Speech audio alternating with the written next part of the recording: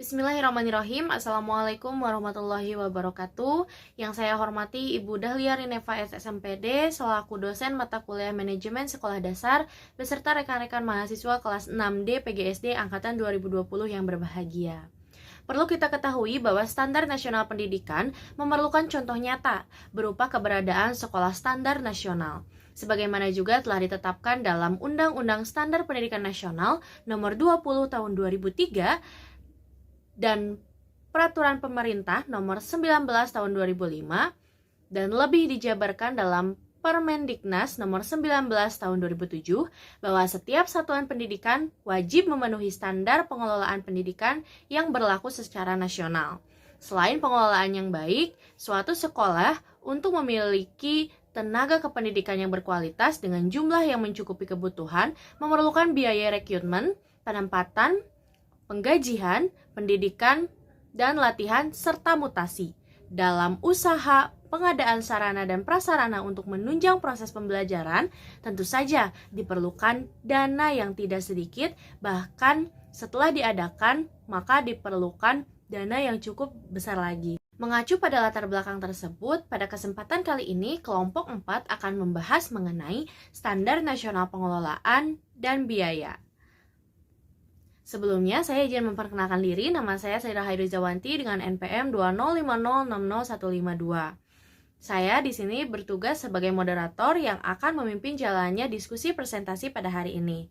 Tentunya saya tidak sendirian, saya ditemani oleh rekan-rekan kelompok saya yang beranggotakan Nadia Maharani Putri dengan NPM 205060148, Putri Dwi Karla dengan NPM 205060166, dan saya sendiri Sri Hayu Rizawanti dengan NPM 205060152. Pengertian pengelolaan pendidikan. Menurut Wardoyo, pengelolaan adalah suatu rangkaian kegiatan yang berintikan perencanaan, pengorganisasian, penggerakan, dan pengawasan dalam mencapai tujuan yang telah ditetapkan sebelumnya. Misalnya, kita bertujuan untuk membuat sekolah, maka kita ketika akan membuat sekolah tersebut, kita harus membuat dulu kegiatan yang berisikan perencanaan, pengorganisasian, penggerakan, dan pengawasan. Oleh karena itu, ketika kita akan membuat sekolah, ada yang namanya standar pengelolaan nasional. Nah, apa itu standar pengelolaan nasional?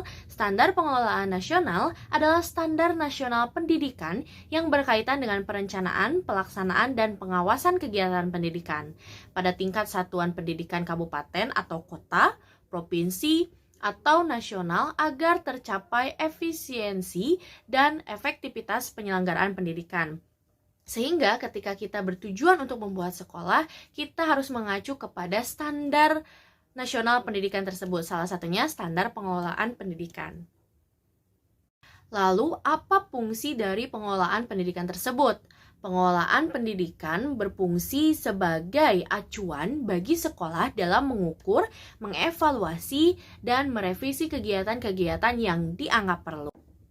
Adapun fungsi dari pengelolaan pendidikan yang mengikuti pada fungsi-fungsi manajemen atau administrasi pada umumnya, yaitu meliputi perencanaan, pengorganisasian, pengarahan, pengawasan, dan pengembangan. Pada perencanaan atau planning, kita menetapkan pada tindakan apa yang harus dilakukan, apa sebab tindakan itu harus dikerjakan, di manakah tindakan itu harus dikerjakan, kapankah tindakan itu harus dikerjakan, siapakah yang akan mengerjakan tindakan itu, dan bagaimana caranya melaksanakan tindakan itu. Kemudian pada pengorganisasian atau organizing, kita membutuhkan orang-orang dengan tujuan yang sama yang bisa bekerja sama untuk mencapai tujuan tersebut. Contohnya, dalam suatu organisasi kita membutuhkan seorang pemimpin. Pekerjaan pemimpin meliputi beberapa kegiatan, yaitu mengambil keputusan, mengadakan komunikasi agar ada saling pengertian antara atasan dan bawahan, memberi semangat, inspirasi, dan dorongan kepada bawahan agar supaya mereka melaksanakan apa yang diperintahkan. Apabila suatu organisasi tidak memiliki pemimpin, maka sangat sulit untuk mencapai tujuan yang ingin dicapai. Kemudian pada pengarahan atau directing, pengarahan adalah fungsi pengelolaan yang berhubungan dengan usaha memberi bimbingan, saran, perintah-perintah atau instruksi kepada bawahan dalam melaksanakan tugasnya masing-masing, agar tugas dapat dilaksanakan dengan baik dan benar-benar tertuju pada tujuan yang telah ditetapkan semula. Selanjutnya pada pengawasan atau controlling, pengawasan adalah fungsi pengelolaan yang berhubungan dengan usaha memantau kinerja agar supaya kinerja tersebut terarah dan tidak melenceng dari aturan yang sudah ditetapkan, dan pemantauan berfungsi sebagai media agar kinerja tersebut terarah dan tersampaikan secara tepat. Kemudian yang terakhir, pengembangan. Pengembangan adalah fungsi pengelolaan yang harus dijadikan tolak ukur keberhasilan suatu pengelolaan. Dengan adanya pengembangan, pengelolaan akan berjalan sesuai dan melebihi target yang akan diperoleh. Pembahasan materi selanjutnya akan dibahas oleh rekan saya. Kepada rekan saya persilahkan. Ya baik, Assalamualaikum warahmatullahi wabarakatuh. Perkenalkan, nama saya Putri Dwi Karla, NPM 2050606166. Di sini saya akan melanjutkan materi selanjutnya, yaitu ada perencanaan program. Perencanaan program dalam pengelolaan pendidikan meliputi pembuatan visi, misi, tujuan, dan rencana kerja. Pembuatan visi sekolah atau madrasah yaitu merupakan gambaran tentang masa depan yang direalistik dan ingin diwujudkan dalam kurun waktu tertentu, sedangkan misi sekolah atau madrasah adalah pernyataan mengenai hal-hal yang harus dicapai organisasi bagi pihak-pihak yang berkepentingan di masa yang akan datang. Tujuan sekolah atau madrasah yaitu bertujuan untuk menggambarkan arahan yang jelas bagi sekolah, perumusan tujuan akan strategi, perlakuan arah, kebijakan, dan program suatu sekolah, dan yang terakhir ada rencana kerja sekolah atau madrasah, merupakan implementasi dari visi, misi, dan tujuan program yang dimaksud dalam makalah ini adalah program proposal. Yang kedua yaitu ada pelaksanaan rencana kerja. Pelaksanaan rencana kerja atau sekolah madrasah meliputi seluruh bidang pelaksanaan operasional sekolah, yaitu meliputi pedoman sekolah, madrasah, struktur organisasi, pelaksanaan kegiatan sekolah, bidang kesiswaan, bidang kurikulum dan kegiatan pembelajaran, bidang pendidikan dan tenaga pendidikan, bidang sarana dan prasarana, bidang keuangan dan kebiayaan, budaya dan lingkungan sekitar, serta peran serta masyarakat dan kemitraan sekolah. Dan yang ketiga ada pengawasan dan evaluasi. Pengawasan dapat diartikan sebagai proses kegiatan monitoring untuk meyakinkan bahwa semua kegiatan organisasi terlaksana seperti yang direncanakan, dan sekaligus juga merupakan kegiatan untuk mengoreksi dan perbaiki bila ditemukan adanya penyimpangan yang akan mengganggu pencapaian tujuan. Dan yang keempat ada kepemimpinan sekolah. Secara umum, kepemimpinan dapat dirumuskan sebagai berikut. Kepemimpinan berarti kemauan dan kesiapan yang dimiliki oleh seseorang untuk dapat mempengaruhi, mendorong, mengajak dan menuntun, menggerakkan, mengarahkan, dan kalau perlu memaksa orang untuk berkelompok agar menerima pengarah tersebut dan selanjutnya berbuat sesuatu yang dapat membantu tercapainya suatu tujuan tertentu yang telah ditetapkan. Dan yang terakhir ada sistem informasi manajemen. Dalam hal ini, pengelolaan sistem informasi ini semuanya warga, sekolah dasar atau madrasah mempunyai tanggung jawab yang sama dengan melalui instruksi dari kepala sekolah dan madrasah.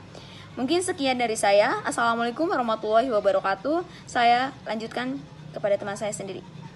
Assalamualaikum warahmatullahi wabarakatuh.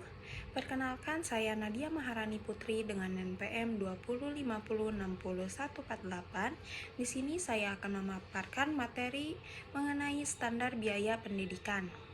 Nah, dalam pembiayaan pendidikan, di sini telah diatur dalam Undang-Undang Dasar Negara Republik Indonesia tahun 1945 dengan amandemen 4 yang menyatakan bahwa setiap warga negara berhak mendapat pendidikan, serta setiap warga negara wajib mengikuti pendidikan dasar dan pemerintah wajib membiayainya.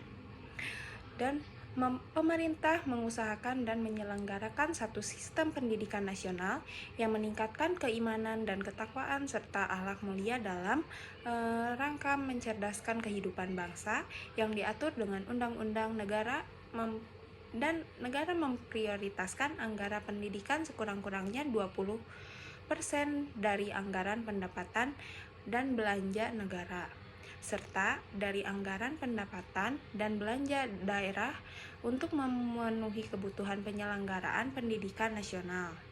Pembiayaan pendidikan terdiri atas biaya investasi, biaya operasi, dan biaya personal. Nah, di sini biaya personal meliputi biaya pendidikan yang harus dikeluarkan oleh peserta didik untuk mengikuti proses pembelajaran secara teratur dan berkelanjutan. Nah, di sini ada beberapa biaya operasi satuan pendidikan. Yang pertama yaitu gaji pendidik dan tenaga kependidikan serta segala tunjangan yang melekat pada gaji. Yang kedua, bahan atau peralatan pendidikan habis pakai. Dan yang ketiga, biaya operasi pendidikan tak langsung berupa daya, air, jasa, telekomunikasi, pemeliharaan sarana dan prasarana, uang lembur, transportasi, konsumsi, pajak, asuransi, dan yang lain sebagainya. Baik, di poin pertama yaitu ada sumber biaya pendidikan. Dalam pengelolaan pendidikan, khususnya sebuah sekolah, tentunya sumber biaya terdapat dari sejumlah pihak atau sektor yang dapat membantu dalam manajemen pembiayaan tersebut. Di sini bisa dilihat dari sumber-sumbernya. Biaya pada tingkat makro nasional berasal dari yang pertama yaitu pendapatan negara dari sektor pajak. Yang kedua, pendapatan dari sektor non-pajak seperti dari pemanfaatan sumber daya alam dan produksi nasional lainnya yang lazim dikategorikan ke dalam gas dan non-migas. Yang ketiga, keuntungan dari ekspor barang dan jasa. Yang keempat, usaha negara lainnya termasuk dari divestasi saham dan perusahaan negara. Pada tingkat sekolah atau satuan pendidikan, biaya pendidikan diperoleh dari subsidi pemerintah pusat, pemerintah daerah, iuran siswa, dan sumbangan masyarakat. Sejauh tercatat dalam RAPBS, sebagian besar biaya pendidikan di tingkat sekolah berasal dari pemerintah pusat, sedangkan untuk sekolah swasta berasal dari para siswa atau yayasan. Nah, dari besar kecilnya biaya pendidikan, terutama pada tingkat satuan pendidikan, berhubungan dengan berbagai indikator mutu pendidikan seperti angka partisipasi, angka putus sekolah dan tinggal kelas, dan prestasi belajar siswa. Poin kedua yaitu dana BOS, BOP, dan PKM. Yang pertama ada dana BOS. Menurut Peraturan Mendiknas Nomor 69 Tahun 2009, standar biaya operasional non-personalia adalah standar biaya yang diperlukan untuk membiayai kegiatan operasi non-personalia selama 1 tahun sebagai bagian dari keseluruhan dana pendidikan agar satuan pendidikan dapat melaksanakan kegiatan pendidikan secara teratur dan berkelanjutan sesuai standar nasional pendidikan. BOS adalah program pemerintah yang pada dasarnya adalah untuk penyediaan pendanaan biaya operasi non-personalia bagi satuan pendidikan dasar sebagai pelaksanaan program wajib belajar. Nah, secara umum, program BOS bertujuan untuk meringankan beban masyarakat terhadap pembiayaan pendidikan dalam rangka wajib belajar 9 tahun yang bermutu. Secara khusus, program BOS bertujuan untuk membebaskan pungutan bagi seluruh siswa SD atau SDLB negeri dan SMP terbuka negeri terhadap biaya operasi sekolah. Yang kedua yaitu dana BOP. Dalam dunia pendidikan nasional dikenal adanya istilah biaya investasi, biaya operasional, dan biaya personal. Biaya yang ditanggung dalam program pembebasan BOP hanya biaya operasional yang meliputi 9 komponen. Yang pertama, pendaftaran siswa baru. Yang kedua, penggandaan atau pengadaan buku teks. Yang ketiga, bahan ajar dan LKS. Yang keempat, pemberian insentif guru. Yang kelima, pengembangan profesi guru. Yang keenam, kegiatan ekstrakurikuler. Yang ketujuh, pengadaan alat peraga dan bahan praktikum laboratorium. Yang ketujuh, anjing pohon itu. Yang kedua yaitu dana BOP. Dalam dunia pendidikan nasional dikenal adanya istilah biaya investasi, biaya operasional, dan biaya personal. Biaya yang ditanggung dalam program pembebasan BOP hanya biaya operasional yang meliputi pendaftaran siswa baru, selanjutnya penggandaan atau pengadaan buku teks, selanjutnya bahan ajar dan LKS, pemberian insentif guru, pengembangan profesi guru, pembiayaan perpustakaan dan administrasi sekolah, kegiatan ekstrakurikuler, pengadaan alat peraga dan bahan praktikum laboratorium, pembiayaan ujian sekolah dan ulangan, serta perawatan ringan sekolah. Poin ketiga yaitu komponen perhitungan pembiayaan operasional pendidikan. Yang pertama, biaya pegawai. Sesuai dengan Undang-Undang Nomor 14 Tahun 2005, biaya pegawai dibagi menjadi dua kelompok. Yang pertama, gaji pokok serta tunjangan yang melekat pada gaji. Yang kedua, penghasilan lain yang terdiri atas tunjangan profesi, tunjangan fungsional, tunjangan khusus, dan maslahat tambahan.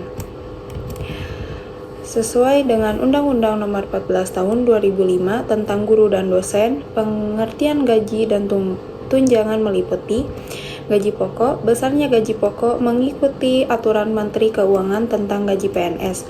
Tunjangan yang melekat pada gaji yang meliputi tunjangan 1 istri suami 10%, yang kedua anak 2% dengan batas maksimal 2 orang anak hingga usia 21 tahun atau belum pernah menikah atau belum berumur 25 tahun, kuliah dan belum pernah menikah. Yang ketiga jabatan, keempat beras, dan kelima khusus, yakni diberikan sebagai pengganti apabila yang bersangkutan terkena pajak penghasilan sejumlah potongan yang terkena pajak. Yang kedua yaitu biaya bukan pegawai. Biaya bukan pegawai terdiri atas yang pertama alat tulis sekolah atau bahan habis pakai, yang kedua rapat, yang ketiga transport atau perjalanan dinas, yang keempat penilaian, yang kelima daya dan jasa, yang keenam pemeliharaan sarana dan prasarana, yang ketujuh pendukung pembinaan siswa.